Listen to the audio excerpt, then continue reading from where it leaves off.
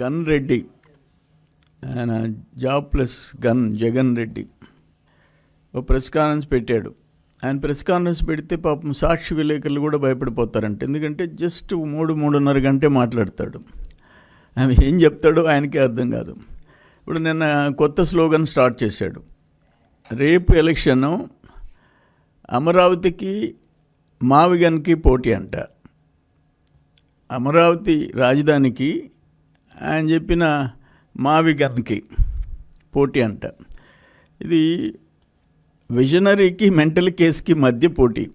చంద్రబాబు నాయుడు లాంటి దూరదృష్టి, భవిష్యత్తు గురించి ఆలోచించే చంద్రబాబు నాయుడికి ఒక మెంటల్ కేసుకి, ప్యాలెస్లో కూర్చొని పబ్జీ ఆడుకునేవాడికి, రాష్ట్రంలో కష్టపడి పనిచేసే నాయకుడికి మధ్య పోటీ.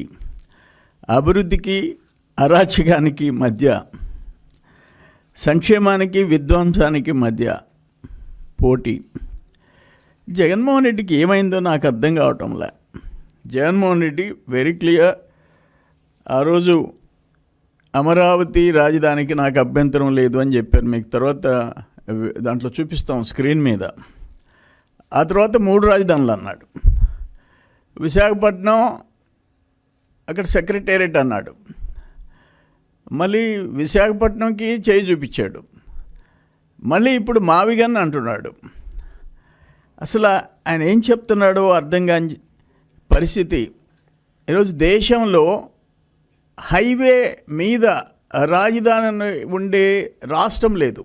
హైవే మీద ఈయన హైవే మీద రాజధాని కడతానంటున్నాడు.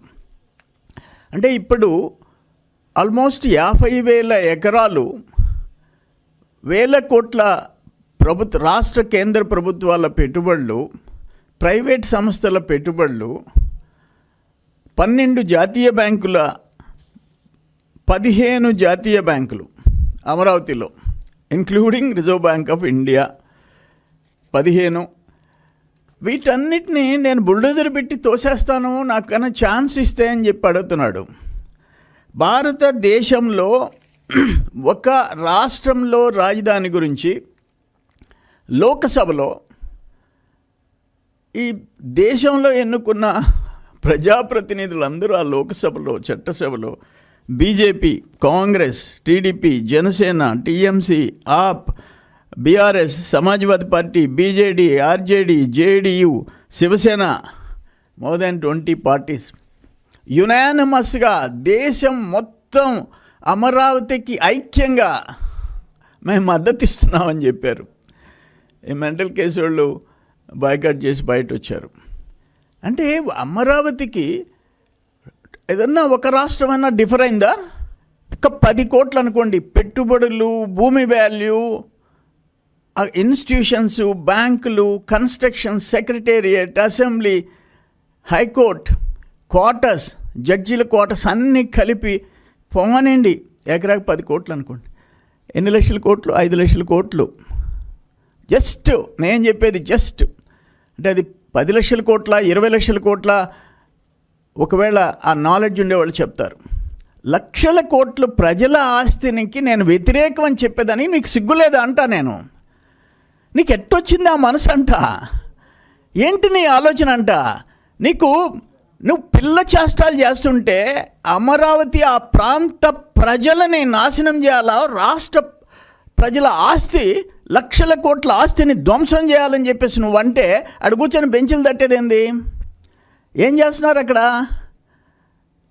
అక్కడ ఉండే పెద్ద పెద్ద ముదురు నాయకులు విశాఖపట్నం అన్నావు ఇప్పుడు ఏమైందా అని చెప్పేసి అడిగేవాడు ఉండడా? శాసనసభలో 3 రాజధానులు అంటే బల్లలు కొట్టాడు బారేశారు.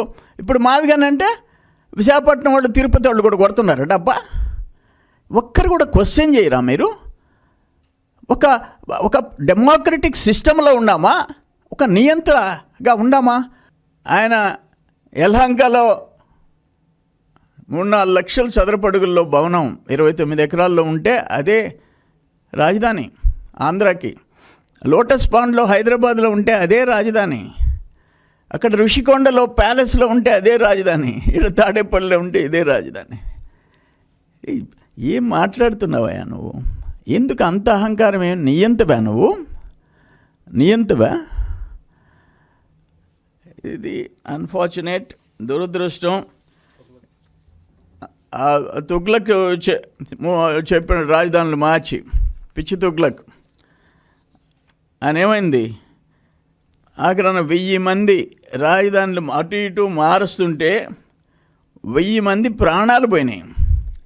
ఇప్పుడు ఇంకొక మరో తుగ్లక్గా నువ్వు ఈరోజు ఆంధ్రప్రదేశ్లో ఒక పార్టీ నాయకుడిగా తయారైనావు.